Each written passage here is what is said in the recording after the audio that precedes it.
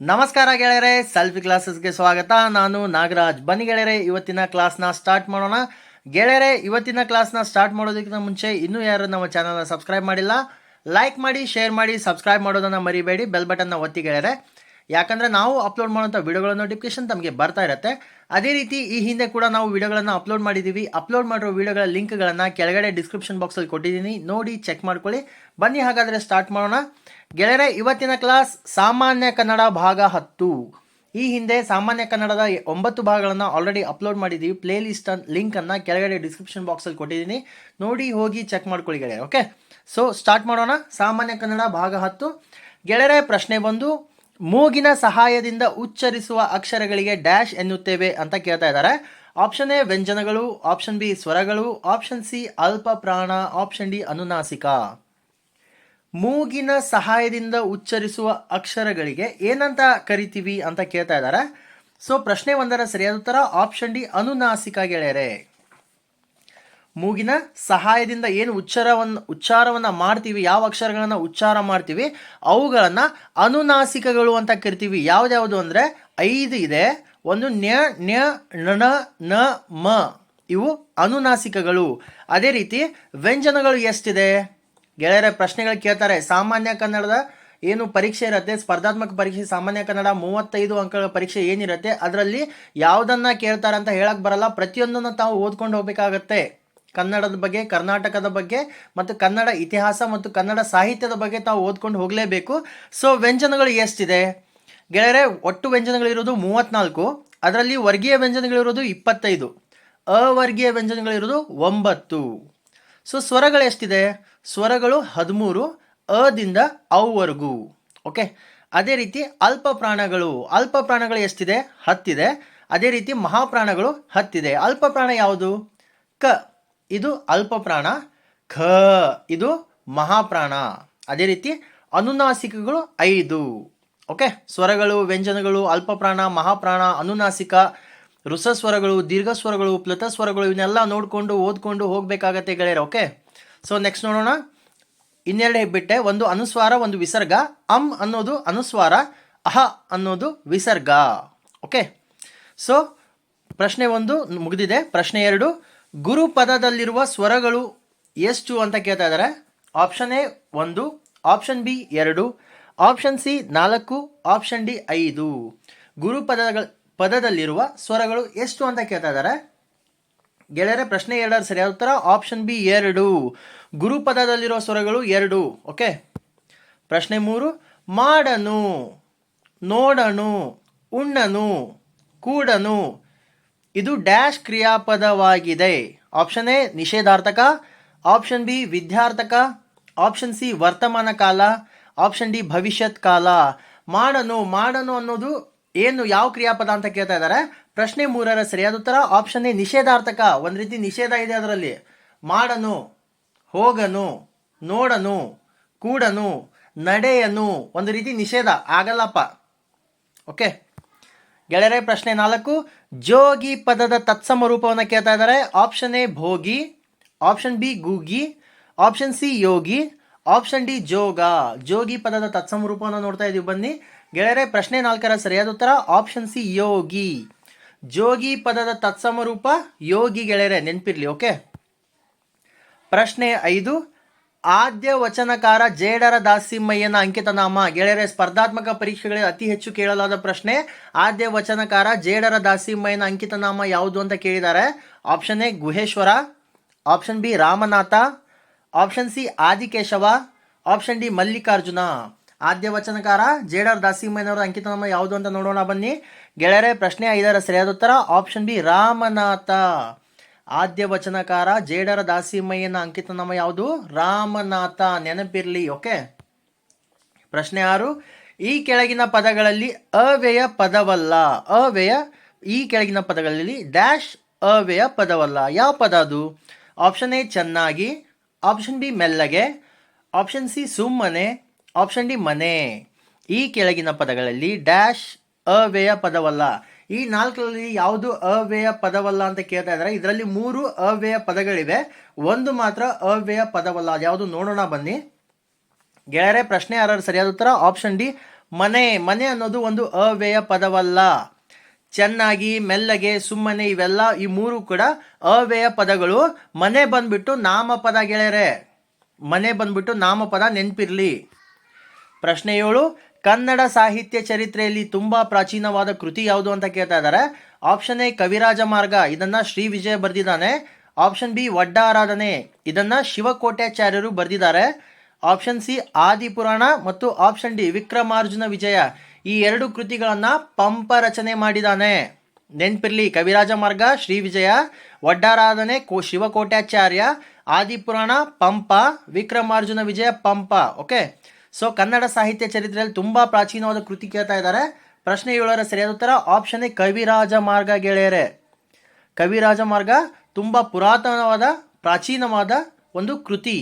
ಯಾವಾಗ ರಚನೆ ಆಗಿದೆ ಅಂದರೆ ಕ್ರಿಸ್ತ ಶಕ 850 ಆಸುಪಾಸಿನಲ್ಲಿ ರಚನೆಯಾದ ಕವಿರಾಜ ಮಾರ್ಗ. ಇದನ್ನು ಯಾರು ರಚನೆ ಮಾಡಿದ್ದಾರೆ ಅಂದರೆ ಶ್ರೀ ವಿಜಯನೆಂಬ ಬಹುತೇಕ ವಿದ್ವಾಂಸರ ಅಭಿಮತ ಏನಾಗಿದೆ ಅಂದರೆ ಶ್ರೀ ವಿಜಯನೆಂಬುನು ಕವಿರಾಜ ಮಾರ್ಗವನ್ನು ಕ್ರಿಸ್ತ ಶಕ 850 ಆಸುಪಾಸಿನಲ್ಲಿ ರಚನೆಯನ್ನು ಮಾಡಿದ್ದಾನೆ ಅಂತ. ಇದೊಂದು ಅಲಂಕಾರಿಕ ಲಕ್ಷಣ ಗ್ರಂಥ ಗೆಳೆಯರೆ. ಓಕೆ, ನೆನಪಿರಲಿ, ಇದೆಲ್ಲ ಇನ್ಫಾರ್ಮೇಶನ್ ತಮ್ಗೆ ಗೊತ್ತಿರಬೇಕು. ಪ್ರಶ್ನೆ 8, ಕರ್ನಾಟಕದ ಶಿವಕಾಶಿ ಎಂದೇ ಪ್ರಸಿದ್ಧಿ ಪಡೆದ ಊರು ಯಾವುದು ಅಂತ ಕೇಳ್ತಾ ಇದ್ದಾರೆ. Option A Dharmasthala, option B Tumakuru, option C Gadag, option D Gokarna. ಗೆಳೆಯರೆ, ಕರ್ನಾಟಕದ ಶಿವಕಾಶಿ ಯಾವುದು ಅಂತ ಕೇಳೋದಕ್ಕಿಂತ ಮುಂಚೆ ಶಿವಕಾಶಿಯಲ್ಲಿ ಏನೇನು ನಿರ್ಮಾಣ ಆಗುತ್ತೆ ಅನ್ನೋದು ತಮಗೆ ಗೊತ್ತಿರಬೇಕು. ಸಾಮಾನ್ಯ ಜ್ಞಾನಗಳಲ್ಲಿ ಬರುತ್ತೆ, ಶಿವಕಾಶಿ ಅನ್ನೋದು ತಮಿಳುನಾಡಿನ ಒಂದು ನಗರ. ಇದು ಶಿವಕಾಶಿಯಲ್ಲಿ ಏನೇನು ನಿರ್ಮಾಣ ಆಗುತ್ತೆ ಅಂದರೆ ಪಟಾಕಿ, ಮುದ್ರಣ ಸಾಮಗ್ರಿಗಳು ನಿರ್ಮಾಣ ಆಗತ್ತೆ.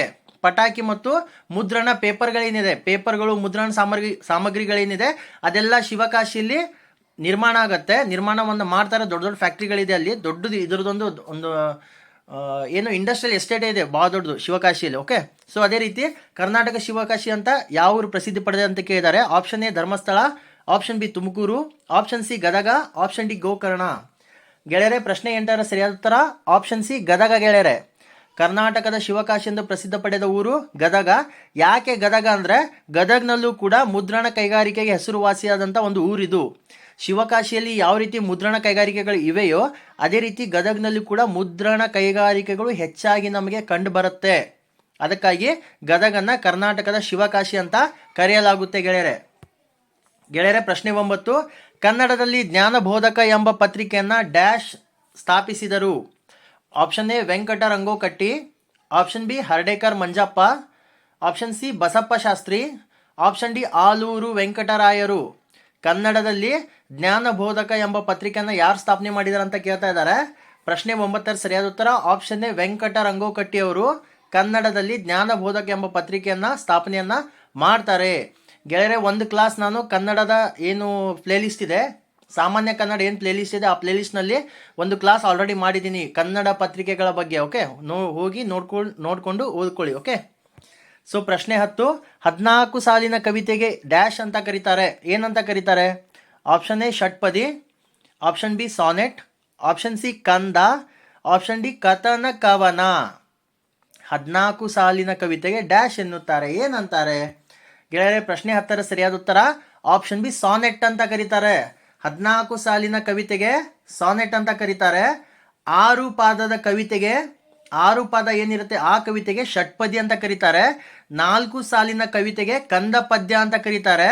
ಕಥನ ಕವನ ಅಂದರೆ ಕವಿಯ ಭಾವನೆ ಮತ್ತು ಕಲ್ಪನೆಗಳು ಏನಿರುತ್ತೆ ಅದನ್ನು ಆ ಕಥನವನ್ನು ಕವನದ ರೂಪದಲ್ಲಿ ಬರೆದಿರ್ತಾರೆ. ಕವಿ ತನ್ನ ಭಾವನೆ ಮತ್ತು ಕಲ್ಪನೆಗಳನ್ನು ಏನು ಅದು ಕತೆ ಇರುತ್ತೆ ಆ ಕಥೆಯನ್ನು ಕವನದ ರೂಪದಲ್ಲಿ ಏನು ಬರಿತಾನೋ ಅದನ್ನೇ ಕಥನ ಕವನ ಅಂತ ಕರೀತಾರೆ. ನೆನಪಿರ್ಲಿ, ಷಟ್ಪದಿ 6 ಪಾದ, ಸಾನೆಟ್ 14 ಸಾಲು, ಕಂದ ಪದ್ಯ 4 ಸಾಲುಗಳು, ಕಥನ ಕವನ ಇದಕ್ಕೆ ಇಷ್ಟೇ ಸಾಲು ಅಂತ ಇರಲ್ಲ. ಓಕೆ, ಸೊ ಅದೇ ರೀತಿ ಕಂದ ಪದ್ಯ ಬಂದ್ಬಿಟ್ಟು 1 ಮತ್ತು 3ನೇ ಸಾಲು ಸಮನಾಗಿರುತ್ತೆ. ಅದೇ ರೀತಿ 2 ಮತ್ತು 4ನೇ ಸಾಲು ಸಮನಾಗಿರುತ್ತೆ. ನೆನಪಿರ್ಲಿ, ಇದನ್ನು ಕೂಡ KPSC ಮತ್ತು KA ಪ್ರಶ್ನೆಗಳನ್ನು ಕೇಳಿದ್ದಾರೆ. ಗೆಳೆಯರೆ, ಪ್ರಶ್ನೆ 11, ತುಸು ತಿಂದರೂ ಡ್ಯಾಶ್ ತಿನ್ನಬಾರದು. ಏನು ತಿನ್ನಬಾರದು ನೋಡೋಣ ಬನ್ನಿ. ಗಾದೆಯನ್ನು ಪೂರ್ಣಗೊಳಿಸಿ ಅಂತ ಹೇಳಿದ್ದಾರೆ. ಆಪ್ಷನ್ ಎ ವಿಷ, ಆಪ್ಷನ್ ಬಿ ಕಸ, ಆಪ್ಷನ್ ಸಿ ಸಿಹಿ, ಆಪ್ಷನ್ ಡಿ ಉಪ್ಪು. ತುಸು ತಿಂದರೂ ಡ್ಯಾಶ್ ತಿನ್ನಬಾರ್ದು. ಏನು ತಿನ್ನಬಾರ್ದು ನೋಡೋಣ ಬನ್ನಿ. ಗೆಳೆಯರೆ, ಪ್ರಶ್ನೆ 11ರ ಸರಿಯಾದ ಉತ್ತರ ಆಪ್ಷನ್ ಬಿ ಕಸ. ತುಸು ತಿಂದರೂ ಕಸ ತಿನ್ನಬಾರದು. ಏನಾಗತ್ತೆ? ತುಸು ತಿಂದರೂ ಕಸ ತಿನ್ನಬಾರದು, ತುಸು ತಿನ್ನೋದಕ್ಕಿಂತ ಹೋಗಿ ಕಸ ತಿಂದರೆ ಹೊಟ್ಟೆ ಕೆಟ್ಟೋಗತ್ತೆ. ಓಕೆ, ಅದೇ ರೀತಿ ತುಸು ತಿಂದರೂ ಕಸ ತಿನ್ನಬಾರದು. ಗೆಳೆಯರೆ ಪ್ರಶ್ನೆ 12, ಇದು ಕೂಡ ಒಂದು ಗಾದೆ. ಎಮ್ಮೆ ಮೇಲೆ ಡ್ಯಾಶ್ ಹೊಯ್ದಂಗೆ. ಏನು ಹೊಯ್ದಂಗೆ? ನೀರ, ಮಳೆನ, ಕೆಂಡ, ಹಾಲ? ನೋಡೋಣ ಬನ್ನಿ. ಆಪ್ಷನ್ ಎ ನೀರು, ಆಪ್ಷನ್ ಬಿ ಮಳೆ, ಆಪ್ಷನ್ ಸಿ ಕೆಂಡ, ಆಪ್ಷನ್ ಡಿ ಹಾಲು. ಎಮ್ಮೆ ಮೇಲೆ ಡ್ಯಾಶ್ ಹೊಯ್ದಂಗೆ. ಪ್ರಶ್ನೆ 12ರ ಸರಿಯಾದ ಉತ್ತರ ಆಪ್ಷನ್ ಬಿ ಮಳೆ. ಗೆಳೆಯರೆ ಎಮ್ಮೆ ಮೇಲೆ ಮಳೆ ಹೊಯ್ದಂಗೆ. ಓಕೆ, ಎಮ್ಮೆ ಮೇಲೆ ಮಳೆ ಹೊಯ್ದಂಗೆ. ಯಾಕಂದ್ರೆ ಎಮ್ಮೆ ನಿಂತಿರತ್ತೆ, ಅದ್ರ ಮೇಲೆ ಎಷ್ಟು ಮಳೆ ಬಿದ್ರೂ ಆ ಮಳೆ ಒಂದು ಹನಿ ನೀರೊಂದು ಕೂಡ ಎಮ್ಮೆ ಮೇಲೆ ನಿಲ್ಲಲ್ಲ. ಅದೇ ರೀತಿ ಕೆಲವೊಬ್ರು ದಡ್ಡರು ಇರ್ತಾರೆ, ದಡ್ಡ ಶಿಖಾಮಣಿಗಳಿರ್ತಾರೆ. ಅವರಿಗೆ ಗುರುಗಳು ಎಷ್ಟೇ ಜ್ಞಾನವನ್ನು ಹೊಯ್ದರೂ ಕೂಡ ಅವರಿಗೆ ಒಂದು ಕಿಂಚಿತ್ತು ಜ್ಞಾನ ಕೂಡ ಅವ್ರ ತಲೆಯಲ್ಲಿ ಹೋಗಲ್ಲ ಅನ್ನೋ ಒಂದು ಅರ್ಥವನ್ನು ಇದು ಕೊಡತ್ತೆ, ಎಮ್ಮೆ ಮೇಲೆ ಮಳೆ ಹೊಯ್ದಂಗೆ ಅಂತ. ಓಕೆ ಗೆಳೆಯರೆ ಪ್ರಶ್ನೆ 13, ಇದು ಕೂಡ ಒಂದು ಗಾದೆ ಮಾತು. ಕಪ್ಪೆ ಹಿಡಿದು ಡ್ಯಾಶ್ ಹಾಕಿದಂಗೆ. ಏನು ಹಾಕಿದಂಗೆ? ಆಪ್ಷನ್ ಎ ಮಡಿಕೆಗೆ, ಆಪ್ಷನ್ ಬಿ ತಕ್ಕಡಿಗೆ, ಆಪ್ಷನ್ ಸಿ ಚಕ್ಕಡಿಗೆ, ಆಪ್ಷನ್ ಡಿ ಬಾವಿಗೆ. ಕಪ್ಪೆ ಹಿಡಿದು ಡ್ಯಾಶ್ ಹಾಕಿದಂಗೆ. ನೋಡೋಣ ಬನ್ನಿ ಗೆಳೆಯರೆ ಪ್ರಶ್ನೆ 13ರ ಸರಿಯಾದ ಉತ್ತರ ಆಪ್ಷನ್ ಬಿ ತಕ್ಕಡಿಗೆ. ಕಪ್ಪೆ ಹಿಡಿದು ತಕ್ಕಡಿಗೆ ಹಾಕಿದಂಗೆ. ಯಾಕಂದ್ರೆ ಕಪ್ಪೆ ನಿಮ್ಗೆಲ್ಲ ಗೊತ್ತಿದೆ, ಕಪ್ಪೆ ನೀವು ಎಷ್ಟೋ ಹಿಡಿಯೋಕೆ ಹೋದ್ರೂ ಜಿಗಿದು ಹೋಗುತ್ತೆ, ಒಂದು ಕಡೆ ನಿಲ್ಲಲ್ಲ. ಸೊ ಅದೇ ರೀತಿ ಕಪ್ಪೆ ಹಿಡಿದು ತಕ್ಕಡಿಗೆ ಹಾಕಿದಂಗೆ ಅಂದರೆ ತಕ್ಕಡಿಯಲ್ಲಿ ತೂಗಬೇಕು ಅಂದರೆ ತಕ್ಕಡಿಯಲ್ಲಿ ಆ ವಸ್ತು ನಿಲ್ಲಬೇಕು. ಆ ವಸ್ತು ನಿಂತರೆ ಮಾತ್ರ ತಕ್ಕಡಿಲಿ ತೂಗಕ್ಕಾಗತ್ತೆ. ಬಟ್ ಕಪ್ಪೆ ಬಂದ್ಬಿಟ್ಟು ಆ ತಕ್ಕಡಿಲಿ ನಿಲ್ಲಲ್ಲ, ಯಾಕಂದ್ರೆ ನಾವು ಹಿಡ್ಕೊಂಡ್ರೆ ನಿಲ್ಲತ್ತೆ. ನಾವು ಹಿಡ್ಕೊಂಡ್ರೆ ಆ ತೂಕ ನಮ್ಮ ಕೈ ತೂಕ, ಆಮೇಲೆ ಕಪ್ಪೆ ತೂಕ ಕೂಡ ತಕ್ಕಡಿಲಿ ಬರುತ್ತೆ. ಆದರೆ ಬರೇ ಕಪ್ಪೆನ ಮಾತ್ರ ತಕ್ಕಡಿಗೆ ಬಿಟ್ಟರೆ ಅದು ಜಂಪ್ ಆಗತ್ತೆ, ಅಂದರೆ ಒಂದು ಜಾಗದಲ್ಲಿ ನಿಲ್ಲಲ್ಲ ಅಂತ ಅರ್ಥ. ಕಪ್ಪೆ ಹಿಡಿದು ತಕ್ಕಡಿಗೆ ಹಾಕ್ದಂಗೆ ಅಂದರೆ ಅದು ಅಸಾಧ್ಯ ಅಂತ. ಓಕೆ ಗೆಳೆಯರೆ ಪ್ರಶ್ನೆ 14, ಸಂತೆ ತುಂಬ ಅವ್ವ ಮಗಳದೇ ದರ್ಬಾರು. ಒಂದು ಒಗಟು ಕೊಟ್ಟಿದ್ದಾರೆ. ಸಂತೆ ತುಂಬ ಅವ್ವ ಮಗಳದೇ ದರ್ಬಾರು. ಆಪ್ಷನ್ ಎ ಸೇರು ಪಾವು, ಆಪ್ಷನ್ ಬಿ ತಟ್ಟೆ ಚೊಂಬು, ಆಪ್ಷನ್ ಸಿ ಕೊಂಬು ಕಹಳೆ, ಆಪ್ಷನ್ ಡಿ ಸೂಜಿ ದಾರ. ಸಂತೆ ತುಂಬ ಒಂದು ಸಂತೆ ಇರುತ್ತೆ, ಆ ಸಂತೆ ತುಂಬ ಅವ್ವ ಮತ್ತು ಮಗಳದೇ ದರ್ಬಾರ್ ಅಂತ ಹೇಳ್ತಾರೆ. ನಿಜವಾಗ್ಲೂ ಅವ್ವ ಮತ್ತು ಮಗಳಲ್ಲ, ಕಾಲ್ಪನಿಕವಾಗಿ ಹೇಳಿದ್ದಾರೆ. ಸೊ ಈ ಒಗಟಿನ ಅರ್ಥವನ್ನು ನಾವು ಬಿಡಿಸ್ಬೇಕು. ಪ್ರಶ್ನೆ 14ರ ಸರಿಯಾದ ಉತ್ತರ ಆಪ್ಷನ್ ಎ ಸೇರು ಮತ್ತು ಪಾವು. ಗೆಳೆಯರೆ ಸಂತೆ ತುಂಬ ಅವ್ವ ಮಗಳದೇ ದರ್ಬಾರು. ಅವ್ವ ಸೇರಾದ್ರೆ ಮಗಳು ಪಾವು ಅಥವಾ ಚಟಾಕು ಅಂತ ಕರಿತೀವಿ ನಾರ್ಮಲ್ ಆಗಿ ನಾವು. ಪಾವು ಮತ್ತು ಸೇರು ಅಂತ ಕರ್ತಾರೆ. ಮೊದಲೆಲ್ಲ ತಕ್ಕಡಿ ಇರಲಿಲ್ಲ, ಹಳೆ ಕಾಲದಲ್ಲಿ ತಕ್ಕಡಿಗಳು ಇರಲಿಲ್ಲ. ಅವಾಗ ಏನೇ ಕೂಡ ಅಳದು ಕೊಡ್ತಾ ಇದ್ರು, ಸೇರು ಮತ್ತು ಪಾವುಗಳಲ್ಲಿ ಅಳದು ಕೊಡ್ತಾ ಇದ್ರು. ವಿಜಯನಗರ ಸಾಮ್ರಾಜ್ಯದಲ್ಲೂ ಕೂಡ ಚಿನ್ನ, ಬೆಳ್ಳಿ, ಮುತ್ತು, ರತ್ನ, ಹವಳಗಳನ್ನು ಕೂಡ ಸೇರು ಮತ್ತು ಪಾವಿನ ಲೆಕ್ಕದಲ್ಲಿ ಅಳೆದು ಕೊಡ್ತಾ ಇದ್ರು ಗೆಳೆಯರೆ. ಈಗೆಲ್ಲ ಬಂದ್ಬಿಟ್ಟು ತಕ್ಕಡಿ ಎಲೆಕ್ಟ್ರಾನಿಕ್ ಮಷಿನ್ಸ್ ಬಂದಿದೆ, ಒಂದೊಂದು ಗ್ರಾಮ್ ಕೂಡ ತೋರಿಸುತ್ತೆ. ಮೊದಲೆಲ್ಲ ಗ್ರಾಮ್ ಲೆಕ್ಕದಲ್ಲಿ ಇರಲಿಲ್ಲ, ಸೇರ್ ಆ್ಯಂಡ್ ಪಾವ್ ಲೆಕ್ಕದಲ್ಲಿ ಇತ್ತು. ಆವಾಗಿನ ಕಾಲ ಚಿನ್ನದ ಕಾಲ ಇತ್ತು. ಈಗ ಬಂದ್ಬಿಟ್ಟು ಚಿನ್ನದ ಕಾಲ ಅಲ್ಲ, ತಗಡಿನ ಕಾಲ ಅಲ್ಲ, ಪ್ಲಾಸ್ಟಿಕ್ ಕಾಲ ಬಂದಿದೆ. ಸೊ ಇವಾಗ ಸೇರು ಪಾವು ಈಗಿನ ಮಕ್ಕಳು ನೋಡಿಲ್ಲ. ಮೊದಲಿನವರು ಆಲ್ಮೋಸ್ಟ್ ನಾವೇನಿದೆ 90-80s ಜನ ಏನಿದ್ದೀವಿ ನಾವು ಕೂಡ ಸೇರು ಪಾವನ್ನು ನೋಡಿದ್ದೀವಿ. ಬಟ್ ಈಗಲೂ ಕೆಲವೊಂದು ಕಡೆ ಸೇರು ಪಾವನ್ನ ಕೆಲವನ್ನ ಅಳಿತಾರೆ. ಓಕೆ ಗೆಳೆಯರೆ ಪ್ರಶ್ನೆ 15, 1000 ಕಣ್ಣಿನ ಸರ್ದಾರನಾದರೂ ನೋಡುವುದು 2 ಕಣ್ಣಿನಲ್ಲಿ. ಇದು ಕೂಡ ಒಗಟು ಒಂದು. ಈ ಒಗಟಿನ ಉತ್ತರವನ್ನು ಬಿಡಿಸ್ಬೇಕು. ಆಪ್ಷನ್ ಎ ಜರಡಿ, ಆಪ್ಷನ್ ಬಿ ಕೊಳಲು, ಆಪ್ಷನ್ ಸಿ ನವಿಲು, ಆಪ್ಷನ್ ಡಿ ಗಡಿಯಾರ. ಜರಡಿಗೆ ತೂತು ಎಲ್ಲ ಕೂಡ ತೂತಿರತ್ತೆ, 2 ಕಣ್ಣಲ್ಲಿ ಇದು ನೋಡಲ್ಲ. ಕೊಳಲಿಗೆ ಮುಂದೆ ಒಂದು ಹಿಂದೆ ಒಂದು 4-5 ತೂತಿರತ್ತೆ, ಇದು ಒಂದೇ ಕಣ್ಣಾಗತ್ತೆ. ನವಿಲು. ಡಿ ಗಡಿಯಾರಿಗೆ ಯಾವುದೇ ರೀತಿಯ ಕಣ್ಣುಗಳು ಇರಲ್ಲ, ಮುಳ್ಳುಗಳೇ ಇರುತ್ತೆ. ಓಕೆ ಮುಳ್ಳುಗಳು ಸಂಖ್ಯೆಗಳಿರುತ್ತೆ. ಪ್ರಶ್ನೆ 15ರ ಸರಿಯಾದ ಉತ್ತರ ಆಪ್ಷನ್ ಸಿ ನವಿಲು ಗೆಳೆಯರೆ. ನವಿಲು ನೃತ್ಯ ಮಾಡುವಾಗ ತನ್ನ ರೆಕ್ಕೆ ಪುಕ್ಕಗಳನ್ನು ಏನು ಬಿಚ್ಚುತ್ತೋ ಅದರಲ್ಲಿ ಕಣ್ಣುಗಳು ಕಾಣುತ್ತೆ. ಮಧ್ಯ ಏನು ಕಾಣುತ್ತೆ? ಆ ನವಿಲುಗೆರೆ ಅಂತ ಏನು ಕರಿತೀವೋ ಆ ನವಿಲುಗೆರೆಯ ಮಧ್ಯದಲ್ಲಿ ಕಣ್ಣಿರುತ್ತೆ. ಅದೇ ರೀತಿ 1000 ಕಣ್ಣಿನ ಸರ್ದಾರನಾದರೂ, ಸರ್ದಾರ ಯಾರಿಗಿರುತ್ತೆ? ಗಂಡಿಗೆನೆ ರೆಕ್ಕೆ ಪುಕ್ಕ ಇರುತ್ತೆ. ನವಿಲುಗರಿ ಯಾರಿಗಿರುತ್ತೆ? ಪುಕ್ಕ ಕೊಟ್ಟ ಭಗವಂತ ಯಾರಿಗೆ ಕೊಡ್ತಾನೆ? ಗಂಡು ನವಿಲಿಗೆ ಕೊಟ್ಟಿದ್ದು ಪುಕ್ಕನ.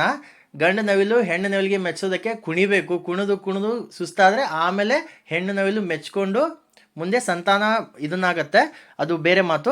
1000 ಕಣ್ಣಿನ ಸರ್ದಾರನಾದರೂ ನೋಡುವುದು 2 ಕಣ್ಣಿನಲ್ಲಿ. ಅಂದರೆ 1000 ಕಣ್ಣಿನ ಸರ್ದಾರ ಗಂಡು ನವಿಲು, ಆದರೆ ನೋಡೋದು ಮಾತ್ರ 2 ಕಣ್ಣಿನಲ್ಲಿ. ಓಕೆ ಇದರ ಉತ್ತರ ನವಿಲು. ಪ್ರಶ್ನೆ 16, ಸಂಚಿ ಹೊನ್ನಮ್ಮ ರಚಿಸಿದ ಹದಿಬದೆಯ ಧರ್ಮ ಎಂತಹ ಕಾವ್ಯ ಅಂತ ಕೇಳಿದ್ದಾರೆ. ಆಪ್ಷನ್ ಎ ಷಟ್ಪದಿ ಕಾವ್ಯ, ಆಪ್ಷನ್ ಬಿ ಶೃಂಗಾರ ಕಾವ್ಯ, ಆಪ್ಷನ್ ಸಿ ಚಂಪು ಕಾವ್ಯ, ಆಪ್ಷನ್ ಡಿ ಸಾಂಗತ್ಯ ಕಾವ್ಯ. ಗೆಳೆಯರೆ ಸಂಚಿ ಹೊನ್ನಮ್ಮ ಅಕ್ಕ ಮಹಾದೇವಿಯ ನಂತರ ವಚನಗಳಲ್ಲಿ ಅಥವಾ ಕಾವ್ಯಗಳಲ್ಲಿ ಕೇಳಿ ಬಂದಂಥ ಒಂದು ಹೆಸರಂದ್ರೆ ಸಂಚಿ ಹೊನ್ನಮ್ಮನವರು. ಸೊ ಸಂಚಿ ಹೊನ್ನಮ್ಮನವರು ರಚಿಸಿದಂಥ ಹದಿಬದೆಯ ಧರ್ಮ ಎಂತಹ ಕಾವ್ಯ ಅಂತ ಕೇಳ್ತಾ ಇದ್ದಾರೆ. ಆಪ್ಷನ್ ಎ ಷಟ್ಪದಿ ಕಾವ್ಯ, ಆಪ್ಷನ್ ಬಿ ಶೃಂಗಾರ ಕಾವ್ಯ, ಆಪ್ಷನ್ ಸಿ ಚಂಪು ಕಾವ್ಯ, ಆಪ್ಷನ್ ಡಿ ಸಾಂಗತ್ಯ ಕಾವ್ಯ.